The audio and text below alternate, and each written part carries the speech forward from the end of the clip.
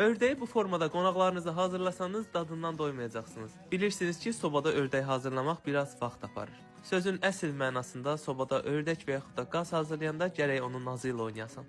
Amma mənim buna vaxtım yoxdur. Ördəyi bir gözəl təmizlədim. Hardasa 1 saat yarım ördəyi təmizləməyə vaxt ayırmışam. Yaxşı, türklər demişkən foşur yuduqdan sonra duzlayıb, istiotlayıb içərisinə öncədən hazırladığım ləvəngini doldururam. Ləvəngin tərkibi sadəcə qoz, qırmızı soğan, turşudan ibarətdir. Duz istiot da öz yerində. Biraz da ördəyin üzərinə turşu vurduqdan sonra biraz qaynar su, hardasa 1 stəkana yaxın. Biraz da ləvəngi kənarına əlavə eləyib qapağını örtürəm. Bu formada yağa düşənə qədər bişirirəm. Səsə qulaq asın.